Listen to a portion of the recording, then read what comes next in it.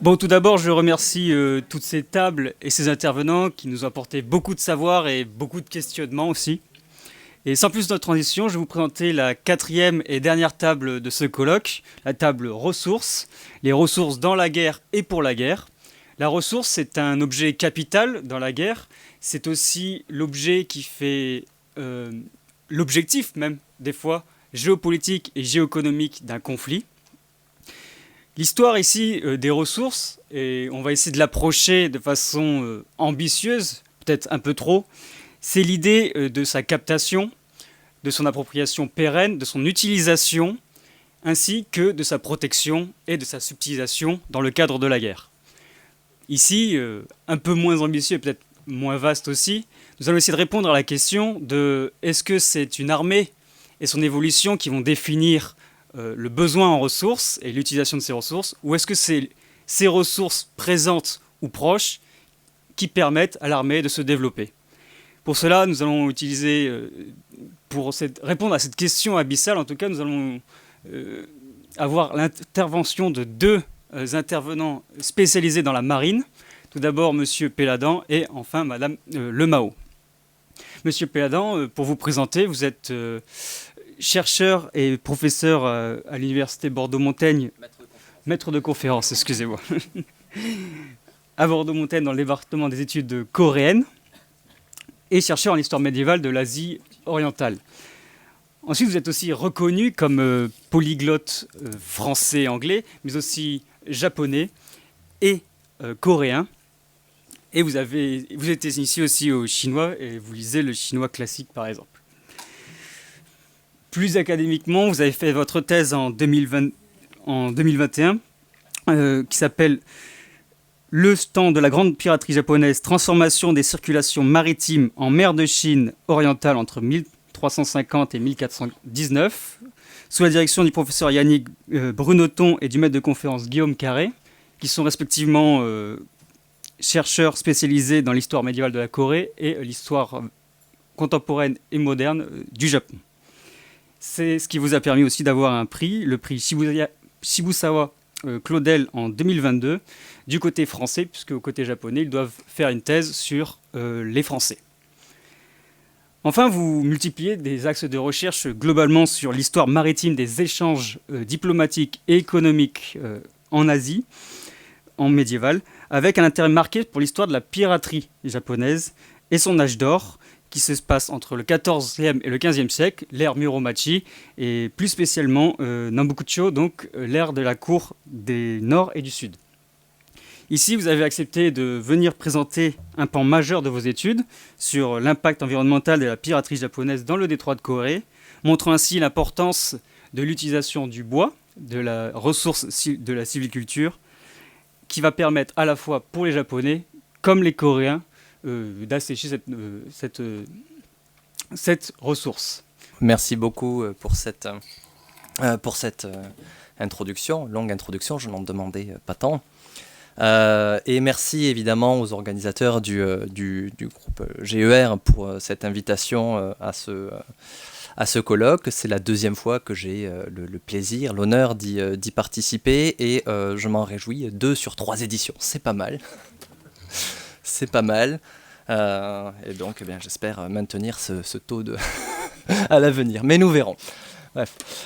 Et je tiens rapidement aussi à m'excuser à l'avance parce que je suis en convalescence après une petite période de maladie. Donc je m'excuse par avance si je toussote un petit peu ou si je n'ai pas mon énergie habituelle.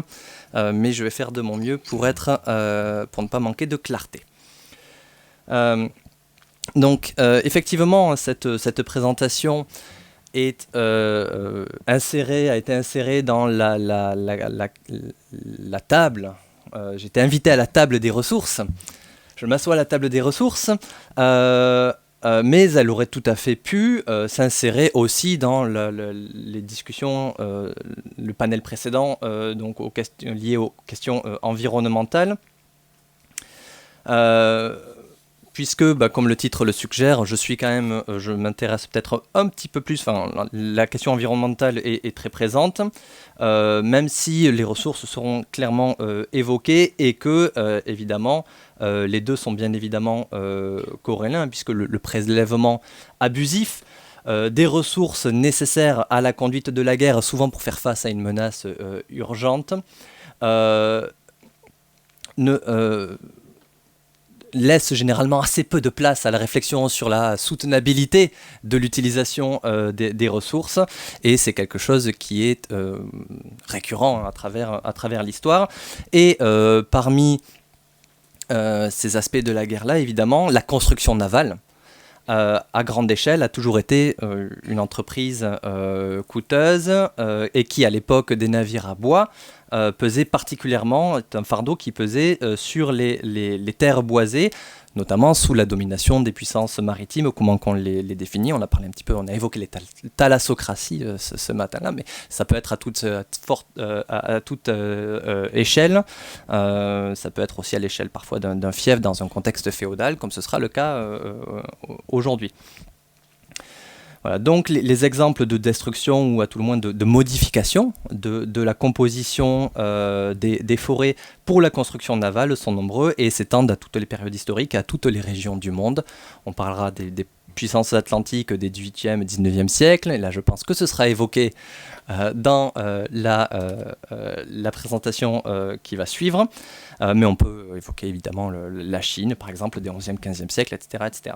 Et donc, pour la région qui nous intéresse, donc le détroit de Corée, eh bien cette zone-là, entre 1350 et, on va dire, 1450, la fin de cette période-là est moins claire que son début, mais donc cette zone-là, les zones côtières du détroit de Corée deviennent le théâtre d'une intense activité de construction navale qui est enclenchée, provoquée par l'émergence d'une piraterie à grande échelle qui émane de l'archipel japonais, et donc des flottes qui vont se mettre à piller les zones côtières de la Corée et de la Chine.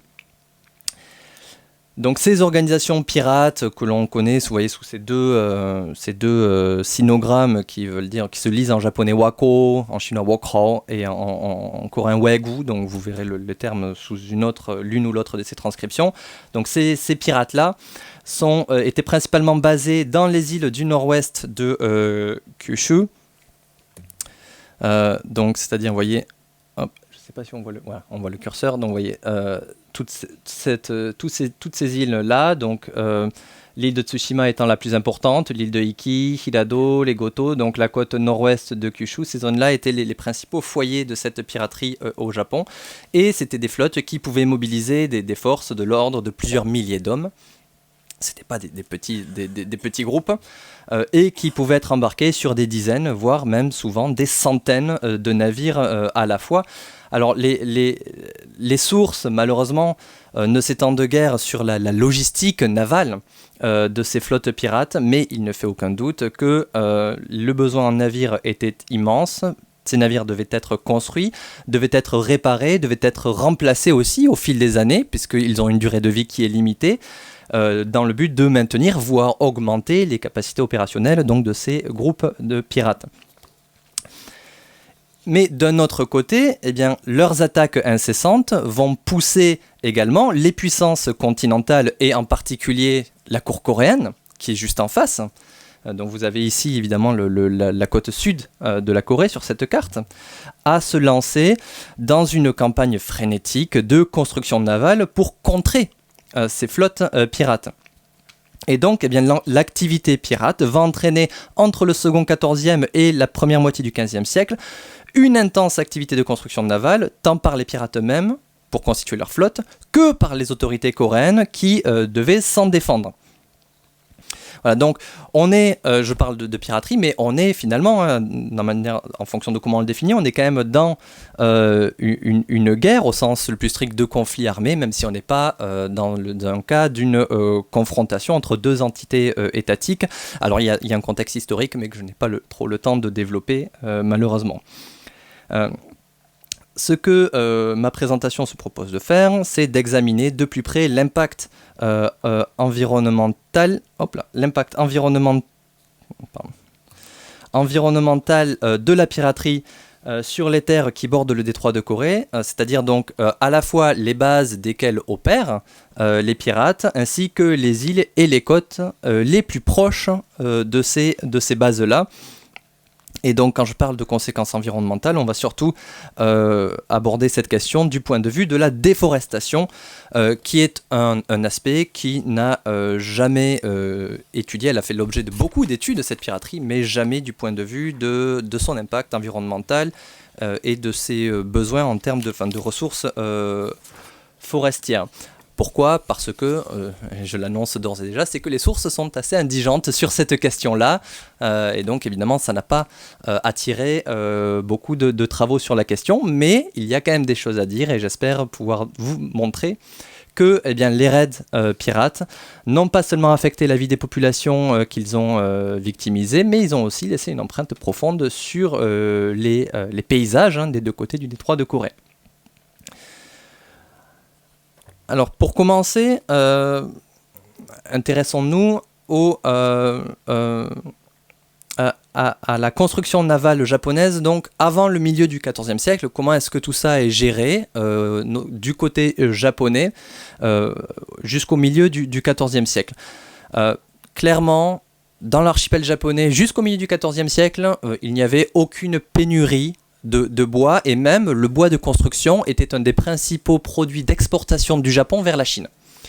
Les forêts étaient bien maintenues. La ressource en bois était bien maintenue malgré la faiblesse de l'autorité impériale. On est dans une société féodale, il n'y a pas de centralisation du pouvoir, donc il n'y a pas de politique de gestion des forêts à l'échelle de l'archipel, et tout dépend en fait des situations locales et des rapports de force propres à chaque localité. Dans certains endroits, c'était des communautés locales, il y avait des documents communs qui étaient signés et donc on s'entendait ensemble pour gérer ces ressources.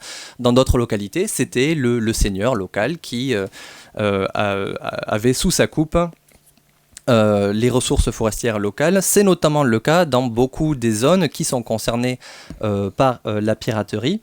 Dans la région de Matsura, c'est-à-dire en fait toute cette zone-là, vous voyez, toute cette zone-là, on appelle la région de Matsura. Donc vous aviez plein de petites seigneuries, souvent de groupes qui étaient issus de la même famille à l'origine, donc c'était un clan élargi qui s'était séparé en petites maisons, et on a beaucoup de documents de legs de ces maisons qui montrent que souvent les seigneurs avaient dans leur possession ce qu'ils appelaient des funagi yama, donc des montagnes de bois de navire. Donc, comme le nom l'indique, c'était des réserves forestières pour l'usage de la construction navale, dont l'accès était bien entendu strictement contrôlé. À Tsushima, qui allait devenir, donc je vous le disais, la principale base pirate dans la seconde moitié du XIVe siècle, on sait que l'accès aux forêts et aux bois destiné à la construction navale relevait de la compétence des seigneurs locaux, en particulier du clan des Sō, qui géraient les affaires internes de l'île pour le compte de leurs suzerains, les Shōni. On a très peu de documents sur l'état des forêts de Tsushima au XIVe siècle, mais les quelques sources existantes montrent que jusque dans les années 1340, donc juste avant l'avènement de la piraterie à grande échelle, Tsushima disposait encore de bois pour la construction navale, y compris pour les grands navires de haute mer. Alors qu'est-ce qu'on entend dans le contexte japonais de l'époque comme navire de haute mer ? Le mot peut-être même haute mer est fortement exagéré parce qu'on reste quand même dans du cabotage en réalité, intra-japonais. Et la construction, le type d'architecture navale qui était typique du Japon jusque dans la seconde moitié du XIVe siècle et depuis l'Antiquité, voire même depuis la préhistoire, c'était en réalité une architecture qui se basait sur un type qu'on peut appeler des pirogues à bordées. Donc avec une large coque monoxyle, faite d'un seul tenant, voire parfois deux mis bout à bout pour rallonger. Et puis on rajoutait une ou deux rangées, virures de bordées pour améliorer le tirant d'eau et donc la navigabilité. Et puis dessus on pouvait rajouter un mât, une cabine, etc. Donc il fallait des arbres assez larges pour façonner la coque du navire. Donc on se servait pour les petites embarcations de cryptomères, sugi en japonais, ou pour les plus grandes d'un arbre de camphrier, d'un arbre qui s'appelle kusunoki, voilà, en japonais. Voilà. Donc vous avez un exemple juste là.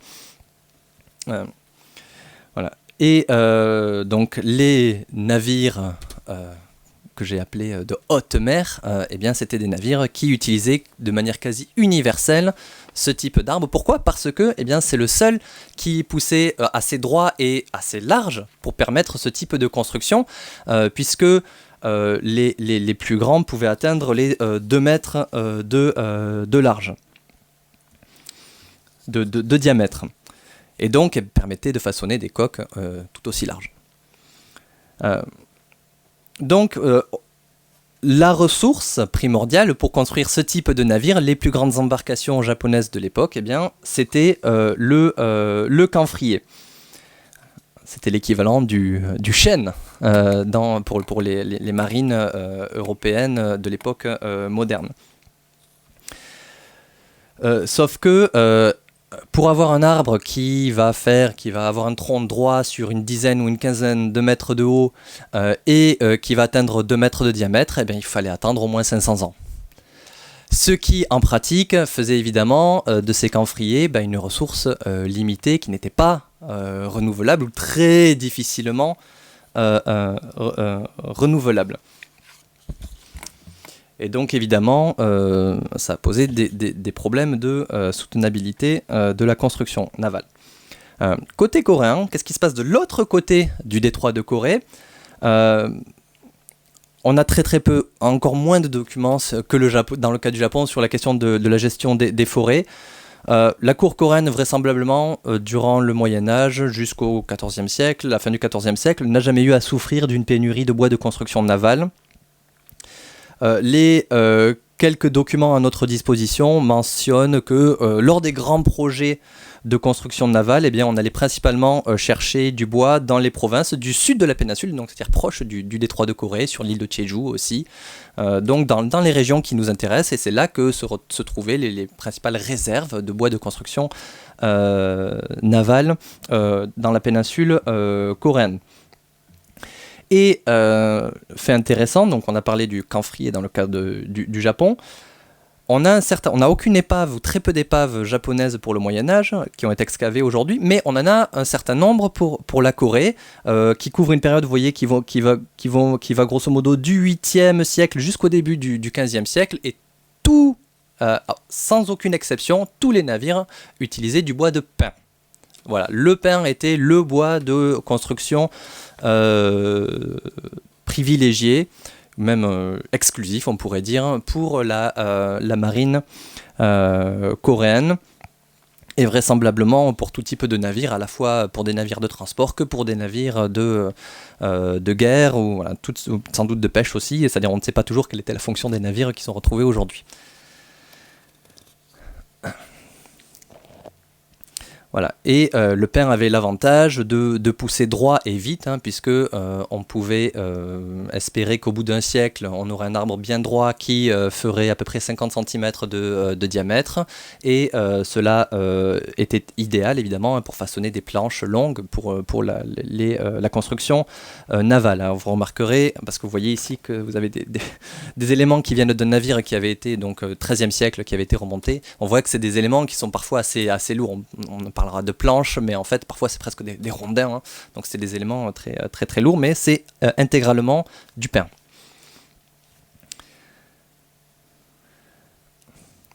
Voilà, donc ça c'est la situation avant l'entrée en scène de la piraterie.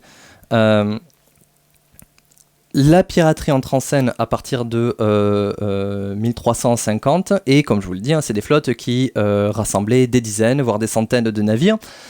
La plus grande flotte qui ait jamais attaqué les côtes coréennes aurait eu, je parle au conditionnel parce que si on en croit les sources, aurait rassemblé quelque chose comme 500 navires. C'est probablement une exagération, mais on retrouve de façon récurrente des mentions d'une flotte qui font 200, 300 navires. C'était pas, voilà, dans les années 1370, 1380, c'est assez courant. La majeure partie, au début de l'activité pirate, il semble que la majeure partie des navires japonais étaient construites selon les techniques que je vous ai présentées. Donc on avait des navires assez petits qui devaient porter peut-être 15-20 personnes, qui faisaient 25 mètres de long à peu près, qui étaient très effilés.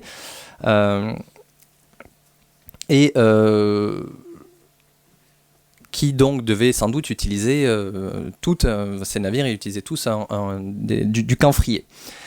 Entre la fin du XIVe siècle et le début du XVe siècle, les flottes auront tendance à diminuer en termes de nombre de navires. On voit qu'on tombe en dessous de la centaine de navires très souvent. Mais par contre, les navires deviennent plus grands. Notamment grâce à l'élaboration et à l'introduction de nouvelles techniques de construction navale sur lesquelles je reviendrai un petit peu plus tard. Les archives coréennes du début du XVe siècle suggèrent qu'une grande partie de ces navires étaient construites au Japon. Donc évidemment, cela veut dire que c'était construit principalement dans les zones contrôlées par les pirates, donc les bases pirates, donc dans le nord-ouest de Kyushu. La durée de vie des navires en bois était limitée. Normalement, on pouvait espérer en tirer à peu près une trentaine d'années dans le meilleur des cas, mais c'était souvent moins. Mais il arrivait aussi dans un contexte de guerre, qu'ils n'atteignent pas du tout l'âge de la retraite, l'âge vénérable de la retraite, et qu'il y ait des pertes, soit à la mer, mais ça les documents malheureusement n'en parlent absolument pas, mais il y a des pertes à la mer dans toutes les marines, donc le contraire serait étonnant. Soit évidemment au combat, je vous parlais de la plus grande flotte qui aurait attaqué la Corée en 1380 et qui aurait compté jusqu'à 500 navires. Selon les sources coréennes, cette flotte-là a été entièrement éradiquée. Et on n'a plus jamais vu de flotte de cette taille-là par la suite. Alors, sans doute pour des difficultés à reconstituer leurs effectifs en termes d'hommes, mais aussi probablement parce que ça ne se reconstruit pas comme ça, une marine de cette taille-là.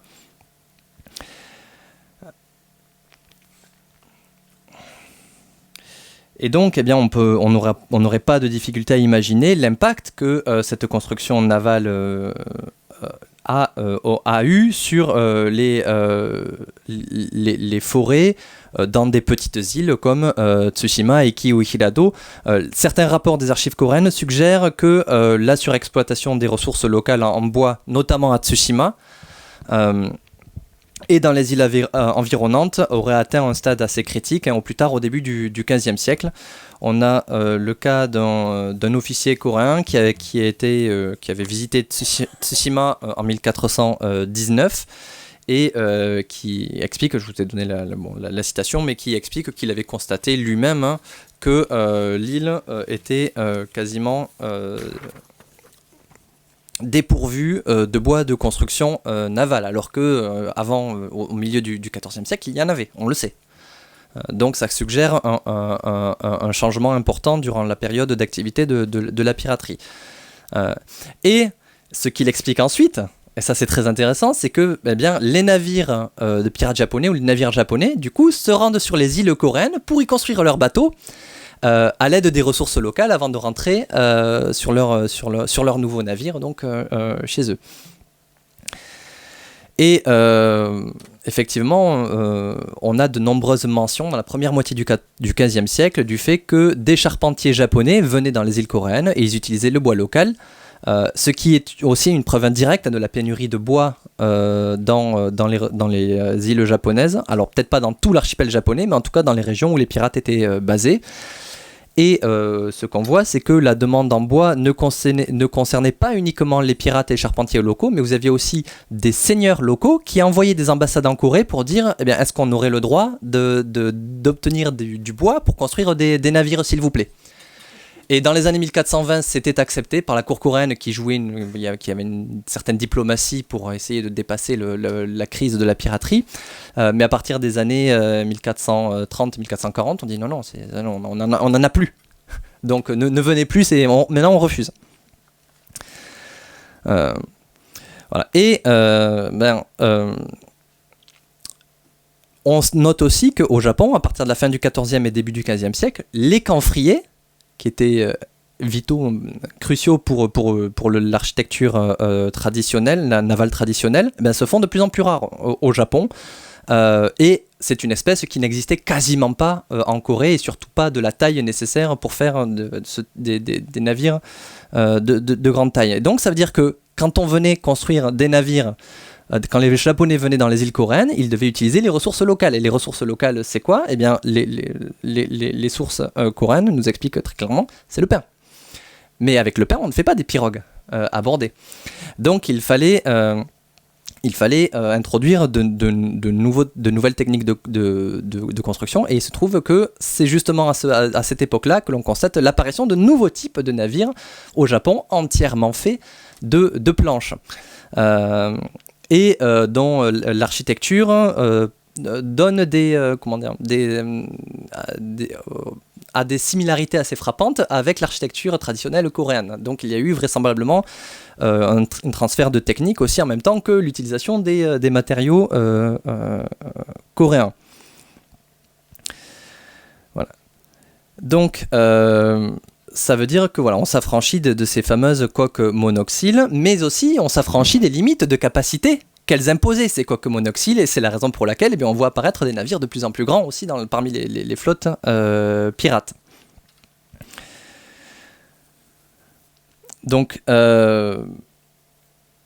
voilà, j'essaie pour des raisons de temps, voilà. Donc voilà à quoi ressemblait. Voilà. Vous avez des forêts coréennes et vous voyez ici un petit peu à quoi aurait pu ressembler. On a très très peu de documents qui permettent de le savoir précisément, mais à quoi auraient pu ressembler les nouveaux types de navires japonais qui se diffusent donc dans l'archipel à partir du XVe siècle. Voilà. Un autre angle qu'il faut considérer dans cette discussion sur l'impact de la piraterie sur les forêts de cette zone-là, eh bien, c'est le fardeau secondaire qui a été imposé sur les forêts locales par la piraterie, puisque, comme je vous le disais en introduction, pour lutter contre cette piraterie, les autorités coréennes entreprennent de reconstruire leur propre marine qui avait été très largement négligée suite aux invasions mongoles, enfin, grosso modo depuis la fin du XIIIe, première moitié du XIVe siècle. Hop là, que je ne me perde pas dans mes notes. Donc à partir de 1373, il y a un effort majeur de construction. On commandite la construction de plusieurs milliers de navires de guerre. Alors on ne sait pas si c'était simplement un vœu pieux du gouvernement qui n'a jamais été atteint, mais vraisemblablement il y a quand même des centaines de navires qui ont été construits et qui, à partir de ce moment-là, seront construits en continu jusqu'au milieu du XVe siècle, puisque évidemment les navires en bois, comme je vous l'ai dit, ont une vie limitée, et il semble que c'était particulièrement vrai dans le cas des navires coréens, et les autorités coréennes se plaignaient de manière récurrente du fait que leurs navires avaient une longévité qui était parfois inférieure à 10 ans. Et qu'il fallait en permanence les reconstruire. Donc évidemment, ça posait de nombreux problèmes, d'autant que les pertes au combat contre les pirates étaient elles aussi colossales. Je n'ai pas eu l'occasion de compiler les chiffres exactement pour juste avoir une idée, juste ce qui est mentionné dans les sources, mais ça se compte en centaines de navires aussi sur toute la période. Voilà, donc pour les Coréens aussi, le besoin en bois de construction navale devient très très pressant et va peser de plus en plus lourdement sur les forêts locales. Et comme je l'ai déjà souligné, le matériau privilégié pour la construction navale coréenne, c'était le pin. Ce qui signifie que dès le début du XVe siècle, la question d'assurer un approvisionnement continu en bois de pin commence à se poser et ça va encourager, pousser la Cour coréenne à renforcer les réglementations de plus en plus, donc à mettre en œuvre des politiques et des réglementations de plus en plus strictes pour la gestion des forêts, à se lancer aussi dans un effort de replantation, mais après il faut attendre un siècle pour que le bois soit utilisable, donc bon, il fallait s'en préoccuper un peu plus tôt. Et le problème, évidemment, est en plus accentué par la présence continue des fameux charpentiers japonais qui, comme je vous l'ai dit tout à l'heure, viennent dans les îles coréennes, qui sont laissées pour beaucoup sans surveillance par les autorités, pour s'approprier les ressources locales et construire leur propre navire. Et comme je vous le disais aussi, en 1445, on dit, voilà, on commence à s'en inquiéter à tel point que... Alors, est-ce que j'ai... Non. Ok. Donc, en 1445, on rapporte à la Cour que bien que la plupart des pins du royaume ont été abattus, on n'arrive quasiment plus à en trouver maintenant pour construire des navires. On en retrouve encore dans certaines îles reculées, comme l'île de Huksan, qui est ici, vous voyez, c'est une île qui est assez éloignée de la côte, sauf que le problème c'est que les Japonais visitent régulièrement cette île-là pour venir s'approvisionner en bois de construction navale. Alors l'ampleur précise et l'impact de la construction navale japonaise dans les îles coréennes reste flou, on ne sait pas exactement quelle en était l'ampleur, mais et d'autant plus que ça se confond avec l'impact significatif de la construction navale coréenne, mais cet impact était quand même assez suffisamment profond pour inquiéter les autorités du Choson, les autorités coréennes. C'est dans ce contexte-là qu'en 1448, on va créer des forêts interdites, Kumsan, sur l'ensemble du territoire et principalement dans les zones côtières, y compris surtout celles qui bordent le détroit de Corée, pour servir donc de réserve de bois de construction navale. Donc il y a une vraie politique qui commence à émerger de gestion dans le temps des forêts, de protection des forêts. Donc ces forêts-là doivent servir uniquement à la construction navale, donc des navires de guerre, à la construction monumentale et notamment les palais royaux et au cercueil. C'est une petite coquetterie de la politique forestière coréenne. J'ai jamais vu ça ailleurs, mais voilà, les cercueils étaient un problème, où il y avait des questions religieuses derrière aussi, qui font que on accepte qu'elles soient utilisées pour la confection de cercueils. C'est clairement mentionné. Voilà. Bon, pour conclure, il est bon. Rapidement, parce que je n'ai pas regardé du tout le temps, mais je pense qu'il faut se dépêcher beaucoup. Voilà, donc il est clair que l'émergence de la piraterie a eu un impact environnemental non négligeable sur les zones boisées des deux côtés du détroit de Corée. Alors, une petite question, qui n'est pas si petite en fait, c'est dans quelle mesure est-ce que ça a vraiment conduit à de la déforestation par opposition à un changement de la composition des forêts, parce que ça c'est aussi une réalité de la construction navale, c'est que par exemple par rapport à de la déforestation par brûlis pour faire des terrains agricoles, eh bien, la construction navale a tendance à prélever des espèces ou des arbres particuliers dans le paysage. Il y a une sélection qui est souvent faite, mais parfois, eh bien, la sélection de ces arbres et le prélèvement de ces arbres-là fait que les autres activités doivent se reporter sur les autres arbres, et donc malgré tout, ça crée des pressions aussi sur les autres types sur les autres essences. Donc, il est possible que les îles et les côtes de la zone n'aient pas été complètement mises à nu, en tout cas pas à cause de la construction navale, mais ce qui est sûr, c'est que certaines essences, comme les grands camphriers, les pins aussi, et probablement aussi d'autres types qui étaient aussi utilisés pour la construction navale côté japonais, comme les cryptomères, se sont sans doute très fortement raréfiés.